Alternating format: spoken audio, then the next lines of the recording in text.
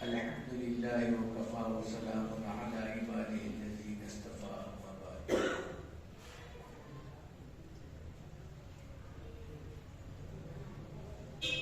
حضور اکرم صلی اللہ علیہ وسلم ایک مرتبہ امامہ باندھ رہے تھے۔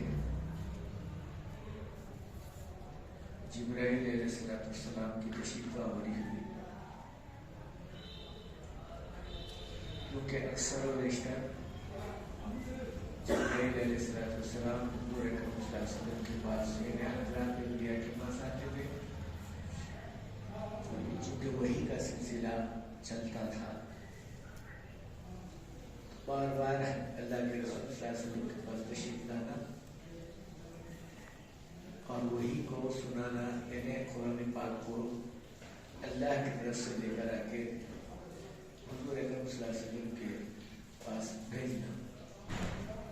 چنانچہ آپ امامہ باندھ رہے تھے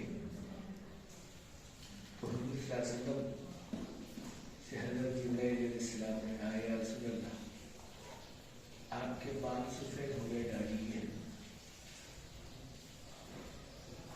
آپ کی عمر کیا ہے؟ تو اس کا مطلب یہ تھا کہ حضرت جبرائیل علیہ السلام کی عمر سے حضور اکرم صلی اللہ علیہ وسلم کی عمر کا معاملہ تقابل کرتا تھا۔ چونکہ یہ بات اہل علم اچھا سمجھ سکتے ہیں، یہ تو نبی تھے اور سبیت نبیوں کے سردار بھی تھے، تو رسول کریم صلی اللہ علیہ وسلم نے جبرائیل علیہ السلام سے پوچھا کہ جبرائیل، میری عمر تو خیر میں بتاؤں گا بعد میں، مگر تمہاری عمر بتاؤ تم کیا عمر ہے؟ تو جبرائیل علیہ السلام نے کہا کہ اللہ نے مجھے اس وقت میں پیدا کیا جب میں ایک تارا مشرق اور جنوب کے درمیان میں دیکھتا تھا۔ کہتے ہیں کہ 70,000 برس کو ایک مرتبہ یا 72,000 مرتبے برس کو ایک مرتبہ نکلتا تھا۔ ایسے تارے کو میں 70 مرتبے دیکھا، 72,000 سال میں ایک مرتبہ نکلنا، اور ایسے ستارے کو میں 72 مرتبے دیکھا۔ اب میری عمر کا اندازہ تو بھی لگا۔ تو رسول کریم صلی اللہ علیہ وسلم کی عمر غالب اور سخت میں 62 یا 61 سال کی تھی۔ یہ بات چل رہی تھی تو حضرت رسول کریم صلی اللہ علیہ وسلم نے فرمایا، اے جبرائیل، جس تارے کو تم دیکھتے تھے وہ تارا میں ہی تو تھا، اس لیے کہ اللہ نے سب سے پہلے میرے نور کو بنایا،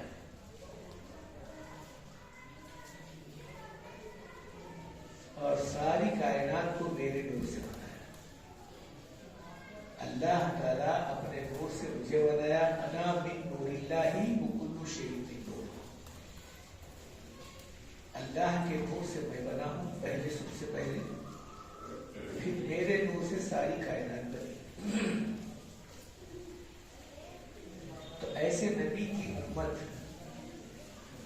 اللہ تعالیٰ جل شانہ نے حضرت آدم علیہ السلام سے لے کر عیسیٰ علیہ السلام تک بتاتے آتے ہیں ایک امت آنے والی ہے اور اس کے نبی آخر الزمان تشریف لانے والے ہیں، جس کی وجہ سے دنیا کو پیدا کیا گیا،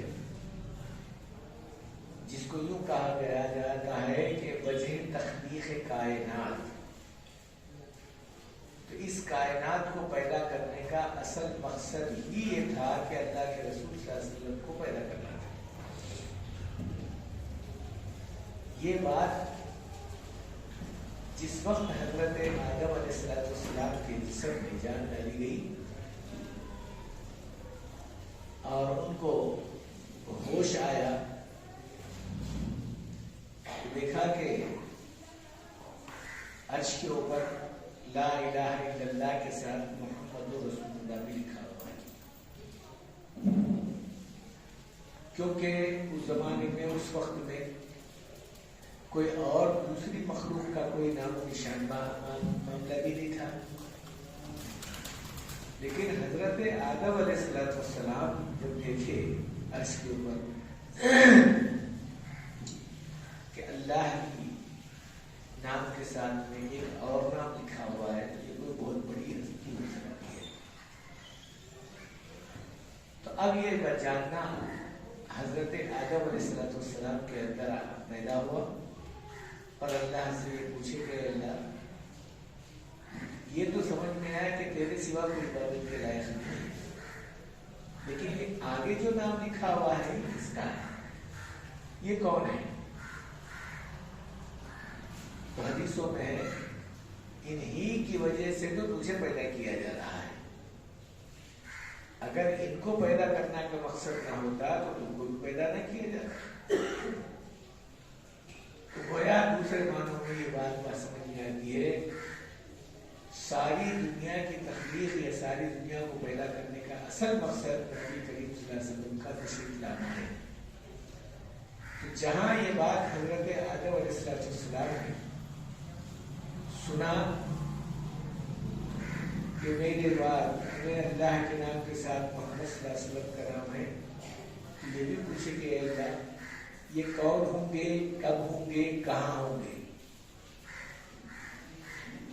تو کہا گیا کہ یہ تمہاری امت میں سے ہوں گے، تمہاری اولاد میں سے ہوں گے، تم جیسا پہلے نبی بنائے گئے ہیں ویسا ہی آخری نبی بنائے جائیں گے۔ تو کہا اس وقت میں کیا گڑ گڑانا، کیا دعا کرنا، کیا اللہ سے معاہدہ کرنا ہوا تھا؟ کہا کہ اے اللہ میں اس وقت تک تو غالباً زندہ نہیں رہوں گا، یعنی باقی نہیں رہوں گا، میں تو تیرے کہنے کے مطابق چند روز دنیا میں رہوں گا، اس کے بعد واپس ہو جاؤں گا۔ اگر تو ان کا حلیہ یا ان کا چہرہ یا ان کی شبیہ مبارک مجھے اگر بتانا چاہتا ہے تو ذرا سا بتا دے تاکہ میں بھی دیکھوں کہ وہ کون ہے۔ چنانچہ حدیث میں ہے کہ اس وقت میں حضرت آدم علیہ السلام کو اللہ نے کہا کہ اچھا جب یہ دیکھنا ہی چاہتے ہیں آپ اپنی اولاد کو تو اپنے انگوٹھوں میں دیکھ لو۔ چنانچہ انگوٹھوں میں دیکھا گیا تو رسول کریم صلی اللہ علیہ وسلم کی تصویر وہاں نظر آئی، فوراً وہ بوسہ لے کر اپنے آنکھوں سے لگا کر یہ کہا کہ یہ ہے جس کی وجہ سے ساری دنیا بنائی گئی ہے، جس وجہ سے میں پیدا کیا گیا ہوں۔ چنانچہ اس زمانے سے لے کر حضرت آدم علیہ السلام سے لے کر حضرت عیسیٰ علیہ السلام تک کم و بیش 1,24,000 پیغمبر دنیا میں آئے، ہر ایک کی یہی ایک تمنا تھی کہ اے اللہ آخری جو امت ہے وہ امت بہت برکت والی ہے، رحمت والی ہے، عزت والی ہے، رفعت والی ہے، ایسی امت کا ہم کو نبی بنا، لیکن کئی نبیوں کی دعا کو رد کر دی گئی۔ آخر میں حضرت عیسیٰ علیہ السلام کی یہ دعا قبول ہوئی۔ کہا کہ عیسیٰ علیہ السلام نے اللہ سے یہ دعا کی کہ اللہ امت کا نبی تو نہیں بنا تھا، یہ بات اپنی جگہ پر طے کر کے رکھا ہے، وہ نبی کو تو بنا دیا یا وہ طے کر دیا، کم سے کم اس امت میں مجھے تو پیدا کر دیتا۔ تو کہے کہ حضرت عیسیٰ علیہ السلام کو اللہ نے زندہ آسمانوں پر اٹھا دیا.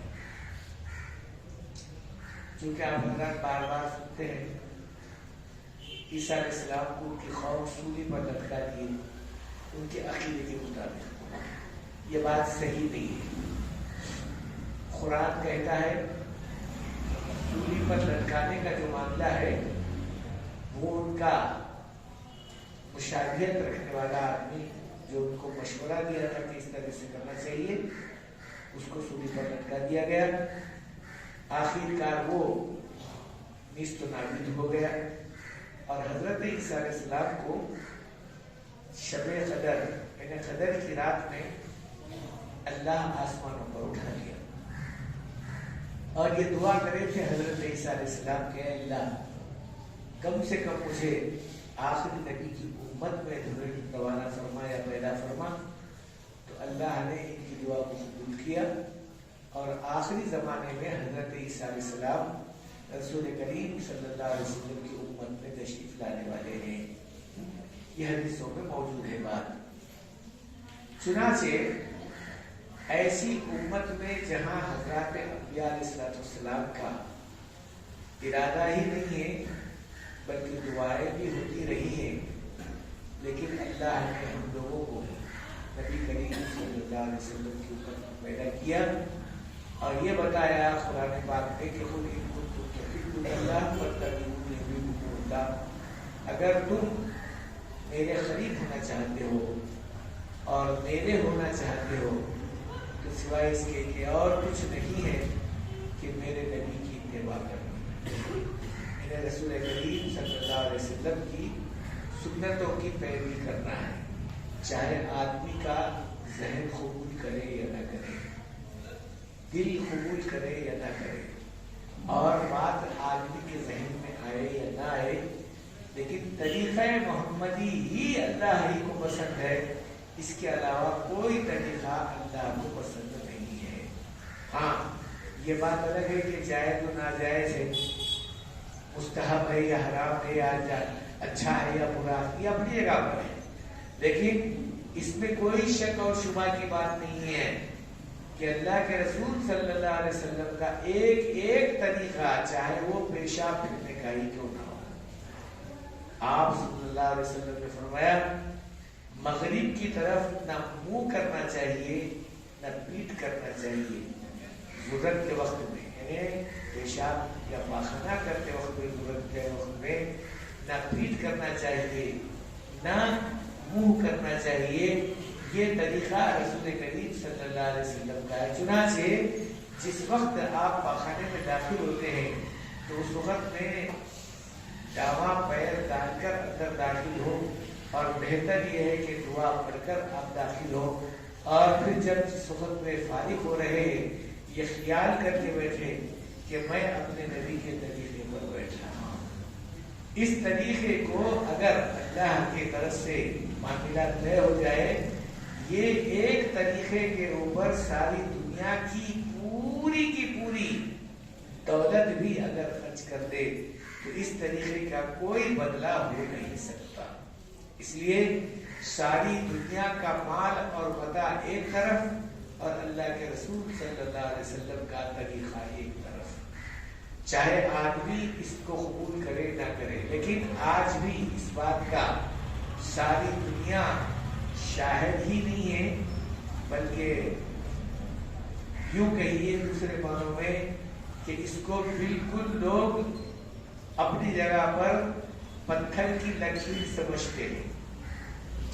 ہم سے کہیں زیادہ بنیادی یہ چند دنوں سے جو آپ کو بات بتا رہا ہوں کہ جہاں یہودیوں نے اس بات کو سامنے لے کر آ کے پیش کیا تھا کہ جب تک نبی کے طریقے پر یہ مسلمان باقی رہے گا تو دنیا اور آخرت کی کامیابی کا جو ہے یہ مجدہ یہ اپنے سر لے کر رہے گا. جہاں یہ طریقے کو چھوڑے گا تو پھر اللہ کی مدد سے دور ہو جائے گا ہی نہیں ہے بلکہ اللہ کی نگاہوں سے بھی دور ہو جائے گا. اس واسطے میں کئی مثالیں آپ کو لوگوں کو اس واسطے سے پہلے بھی دیا ہوں ایک آدمی دنیا کے اعتبار سے چاہے وہ پولیس کا محکمہ فوج کا ہو یا پولیس کے محکمے کا ہو، جب آدمی اپنے ملبوسات میں ہوتا ہے تو ہر آدمی کی نگاہوں میں جچتا ہے کہ بھئی یہ محکمہ پولیس کا یا محکمہ فوج کا ہے. اس سے زیادتی کرنا گویا حکومت سے ٹکر لینا ہے اور سزا بھی ہو سکتی ہے. لیکن میرے بزرگ دوستو، ایک آدمی دنیا کے ملبوسات میں یعنی حکومت کے ملبوسات میں رہ کر غلطی نہیں کر سکتا. اگر کر لیا تو ہو سکتا ہے کہ اس کو سزا ہو. تو کیا اللہ کے رسول صلی اللہ علیہ وسلم کے ملبوسات میں رہ کر یا آپ صلی اللہ علیہ وسلم کی سنتوں میں رہ کر کیا آدمی اللہ کے عذاب میں گرفتار ہو سکتا ہے؟ ناممکنات میں سے نہیں بلکہ محالات میں سے ہے. لیکن ہم لوگوں کے اندر سے وہ چیزوں کو ہٹا دیا گیا ہے اور یہ بتا دیا گیا ہے کہ بھئی کرتا گھٹنے کے نیچے پہننا فرض ہے کیا؟ ٹخنے کے اوپر پیجامہ پہننا ضروری ہے کیا؟ اور پھر وہی کپڑا پہننا ضروری ہے کیا جو اسلام کے اندر جو ہے بتایا جا رہا ہے کہ شیروانی پہنو یا کرتا پہنو یا پیجامہ پہنو، یہ ضروری ہے کیا؟ میرے بزرگ دوستوں، ضروری ہے کیا، فرض ہے کیا، واجب ہے کیا، سنت ہے کیا، یہ اپنی جگہ پر ہے. لیکن سنت رسول ہے یا نہیں ہے یہ دیکھ لیجیے آپ. حضرت موسیٰ علیہ السلام سارے نبیوں کے ایک جلالی نبی گزرے ہیں. صحابہ میں سب سے بڑے جلالی صحابہ حضرت عمر فاروق رضی اللہ تعالیٰ، اور نبیوں میں جلالی نبی حضرت موسیٰ علیہ السلام. جتنا آزمائش کا معاملہ حضرت موسیٰ علیہ السلام کو اللہ نے کیا ہے شاید کسی اور نبی کو نہیں کیا. پیدا ہونے سے پہلے موسیٰ علیہ السلام کی آزمائش شروع ہوئی ہے اور دنیا سے جاتے وقت تک موسیٰ علیہ السلام کی آزمائش کا معاملہ ہوا ہے. لیکن ان سارے آزمائشوں میں کبھی کسی وقت ایک بال برابر بھی کسر حضرت موسیٰ علیہ السلام کے زندگی میں نہیں ملا. اور پھر اللہ تعالیٰ ان کو بنایا تھا ہی ایسا. چنانچہ غصہ بہت زیادہ تھا کسی چیز کو دیکھ کر، یعنی خدا کی نافرمانی کو دیکھ کر یا شرع کی کوئی خلاف بات دیکھ کر وہ برداشت نہیں کر سکتے تھے. اب اندازہ لگائیے، ایک چھوٹی سی مثال آپ کے سامنے پیش کر دو. جس وقت حضرت اسرائیل علیہ السلام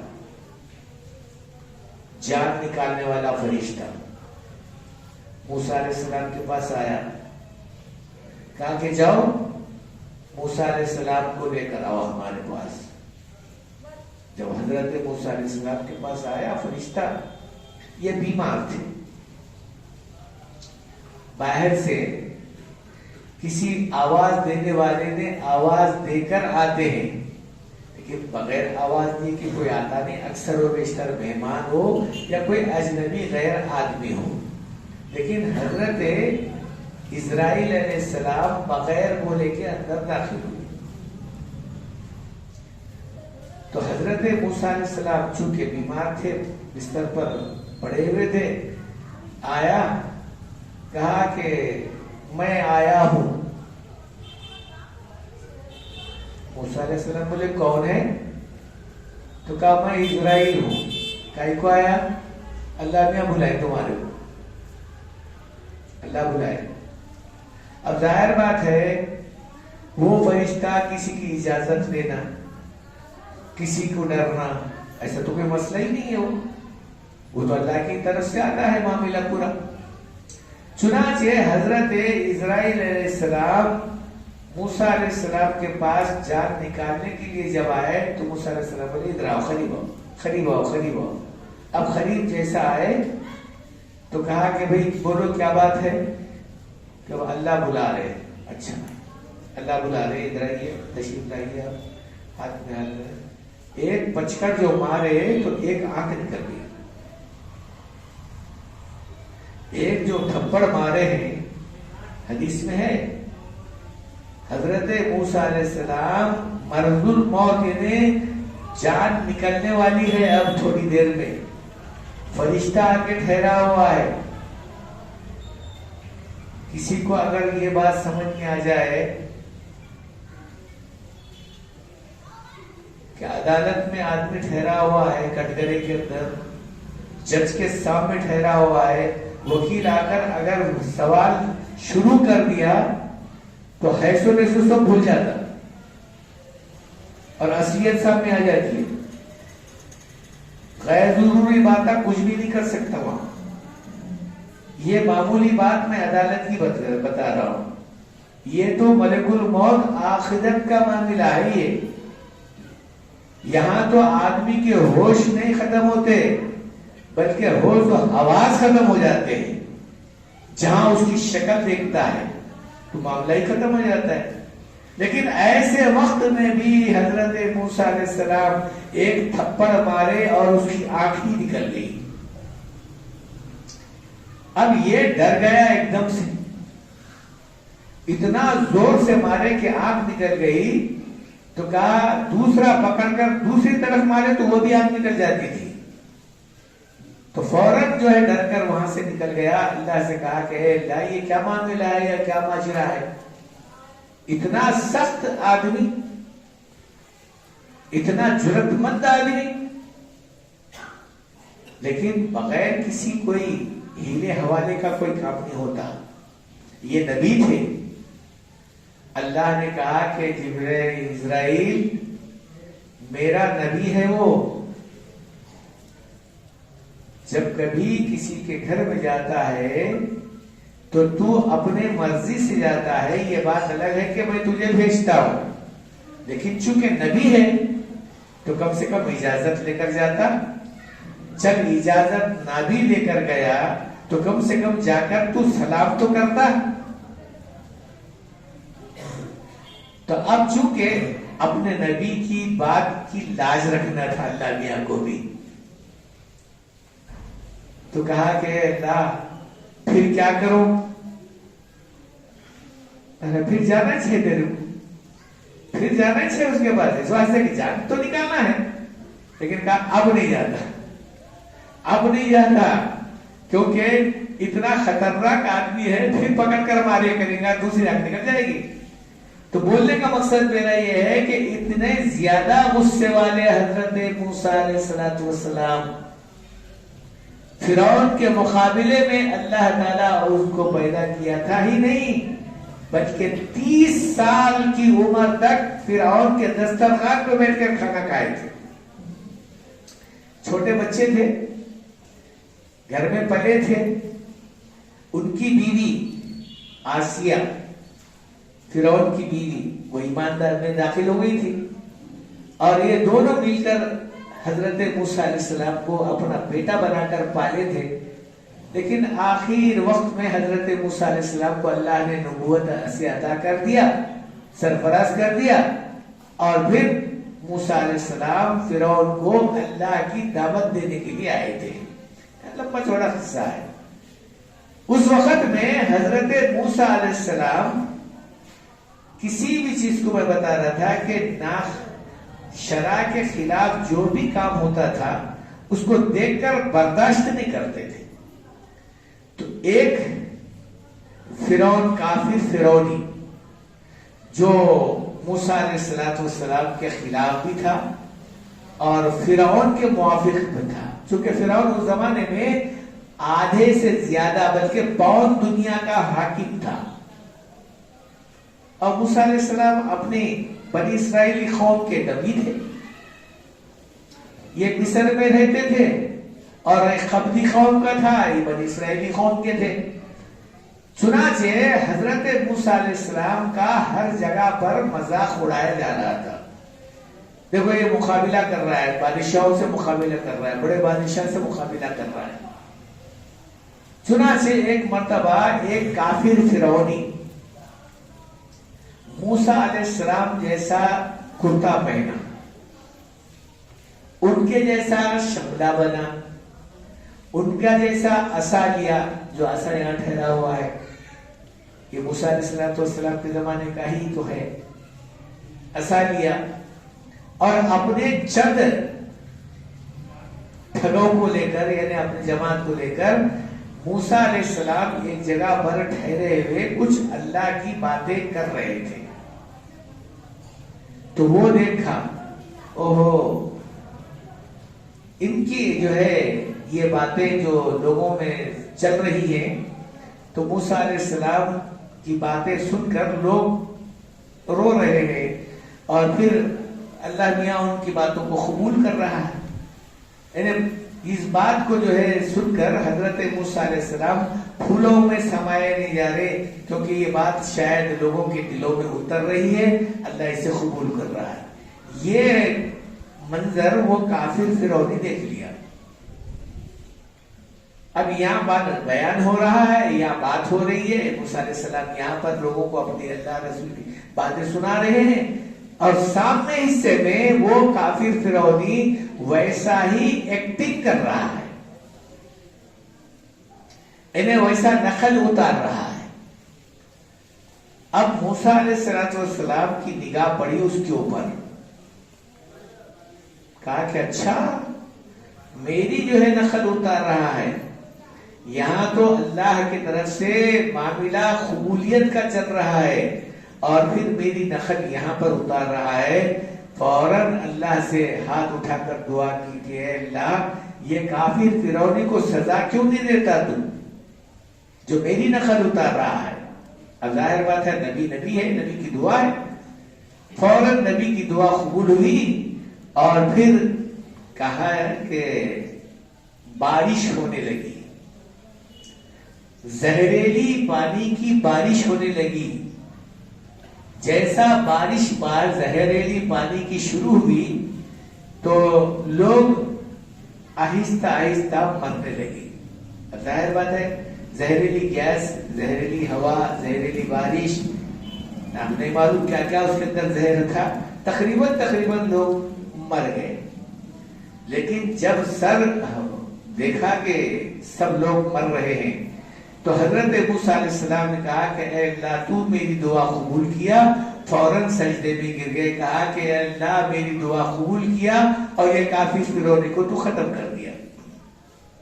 لیکن جب سجدے سے سر اٹھائے تو سب پڑے ہوئے تھے, وہ یہ کی جگہ باقی تھا.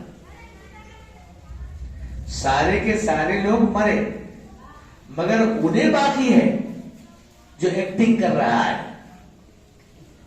موسیٰ علیہ السلام کو اور غصہ آیا, کہا کہ اے اللہ میں تو پہلے اس کو مارنے کے لیے کہا تھا نہ کہ یہ لوگوں کو, مگر تو یہ لوگوں کو سب کو مار دیا, اس کو باقی رکھ دیا. تو اس وقت میں اللہ تعالیٰ کی طرف سے ندا آئی, اے موسیٰ تیرے لباس میں رہنے والے آدمی کو مارنا یا عذاب دینے سے ہم شرماتے ہیں. تیرے لباس میں تیرے جیسا کرتا پہنا, تیرے جیسا شملہ بانا, تیرے جیسا عصا لیا, تیرے جیسی ایکٹنگ کر رہا ہے. تو کہا تیرے جیسے لباس میں رہنے والے کو ہم عذاب دینے سے شرماتے ہیں. یہ میرے بزرگوں دوستوں یہاں آنے کے بعد ایک پوائنٹ یہ ہے, ارے موسیٰ علیہ السلام کے لباس میں ایک ٹھگ کافر فرعونی رہ کر اللہ کے عذاب سے بچ سکتا ہے, تو کیا حضور اکرم صلی اللہ علیہ وسلم کی امت کے لوگ اللہ کے رسول کے بغیر لباس میں رہ کر کیا اللہ کے عذاب میں گرفتار ہو سکتے ہیں؟ لیکن میرے بزرگوں دوستوں آج اللہ کے عذاب میں گرفتار ہونا بہت دور کی بات ہے, لیکن سب سے بڑا عذاب یہ ہے کہ ہم اللہ کے رسول کی سنتوں کو سنت ہی نہیں سمجھ رہے, طریقہ محمد صلی اللہ علیہ وسلم کے طریقے کو اپنا نہیں سمجھ رہے ہیں. اب یہ سمجھ رہے ہیں کہ بھئی جو ہے ضروری ہے کیا, فرض ہے کیا, واجب ہے کیا. میرے بزرگوں دوستوں چاہے آدمی کچھ بھی کہے, کچھ بھی کہے, کچھ بھی سمجھے, کچھ بھی ذہن میں آئے, لیکن حضور اکرم صلی اللہ علیہ وسلم کے طریقے کے علاوہ اللہ کو کوئی طریقہ دنیا کا چاہے آخرت کا کوئی پسند نہیں ہے. اس لیے یہ بات کو یہودی اچھا جانتا ہے. اس سے سب سے پہلے طریقہ جو بتایا گیا ہے وہ نبی کریم صلی اللہ علیہ وسلم کے طریقے سے ان لوگوں کو ہٹانا ہی مقصود نہیں تھا، بلکہ اس سے دور کرنا، اتنا دور کرنا کہ ان لوگوں کے ذہن میں وہم میں بھی نہ آئے کہ یہ طریقہ بھی ہے کیا۔ چنانچہ میں اس سے پہلے بھی ایک بات بتا دیا تھا، جماعت جا رہی ہے،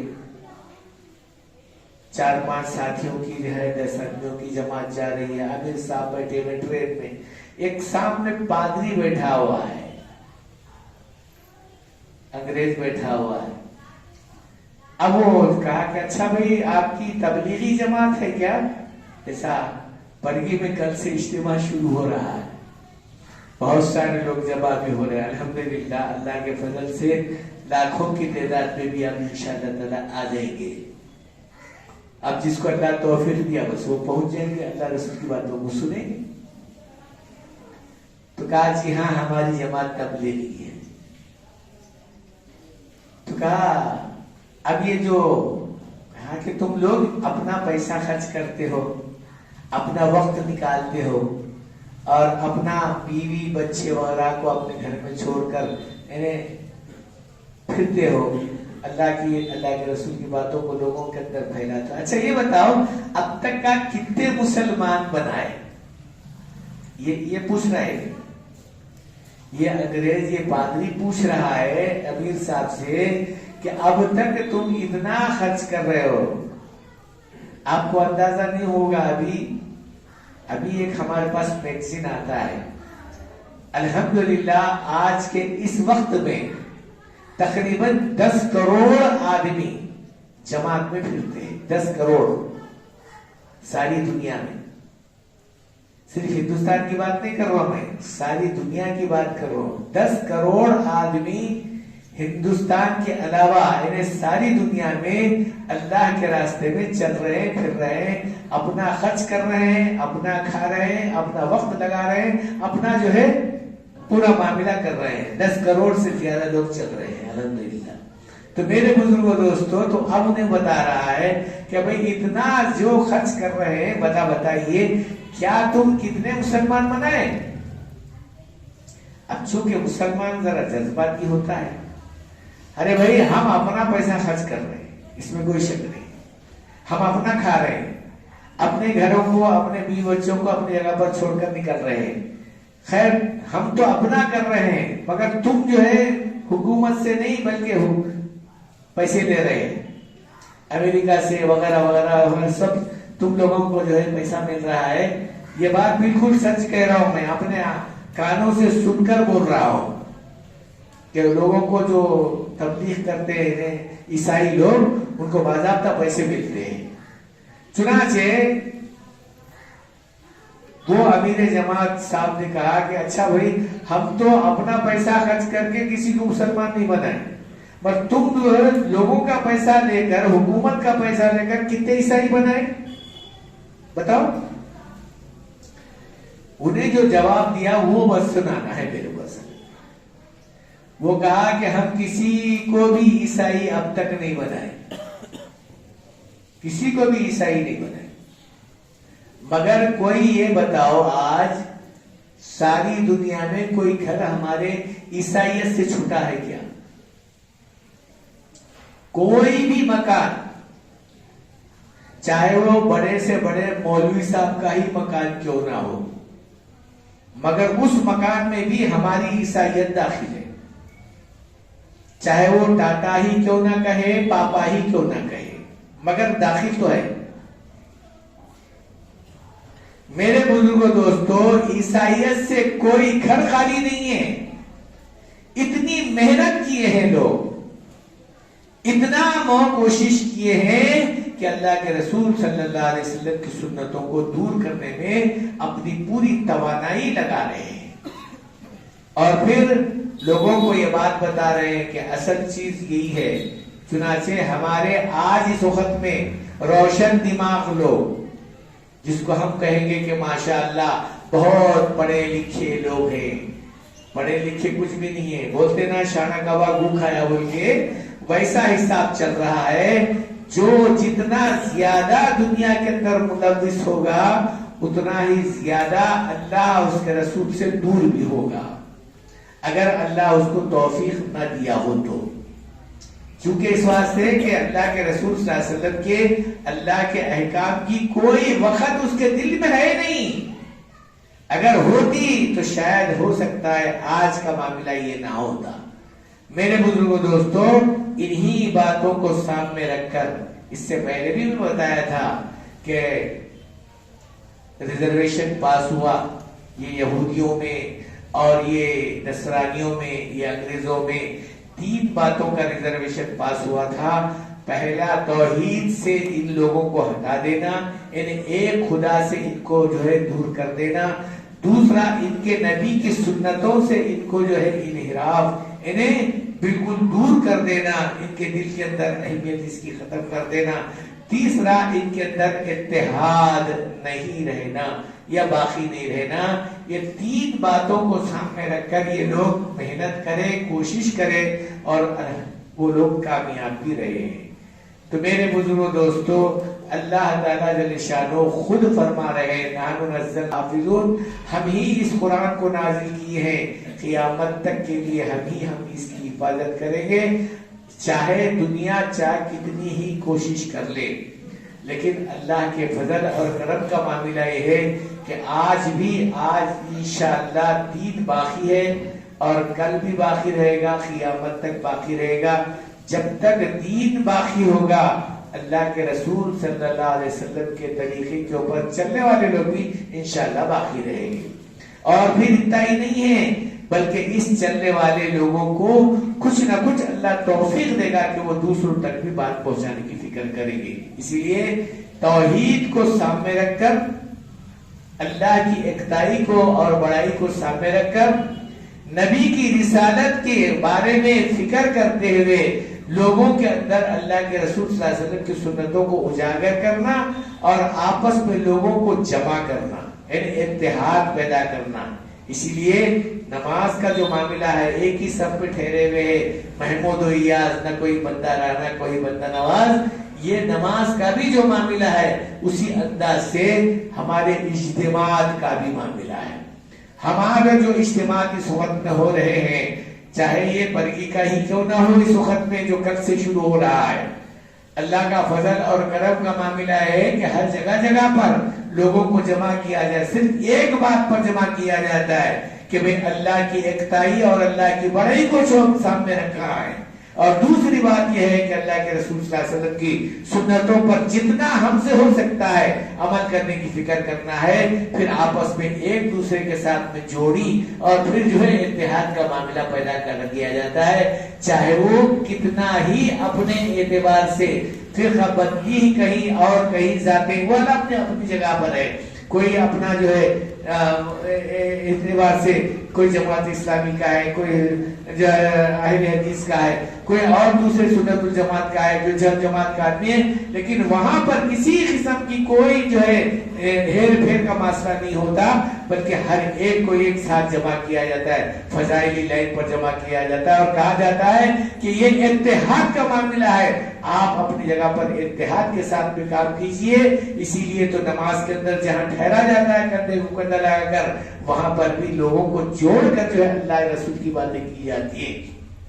تو میرے بزرگوں دوستو، یہ جو جماعتیں ہیں، یہ جو اجتماعات ہیں، ان تینوں باتوں کو سامنے رکھ کر ہو رہی ہیں۔ الحمدللہ اللہ تعالیٰ جس کو توفیق دیا وہ تو خیر پہنچ ہی جاتے ہیں۔ میں اپنی طرف سے ہی گزارش نہیں کر رہا ہوں، بلکہ ساری دنیا کا انسان اس بات پر متفکر ہے کہ آج بھی اگر ہم اللہ کے رسول صلی اللہ علیہ وسلم کی سنتوں کو اپنانے کی فکر کریں گے تو اللہ کی ذات سے امید ہے کہ اللہ پھر سے وہ دن لائیں گے کہ سارے مسلمانوں کو نہیں معلوم، اللہ میاں پھر ایک مرتبہ ساری دنیا کا حاکم راہ بنا کر رہیں گے۔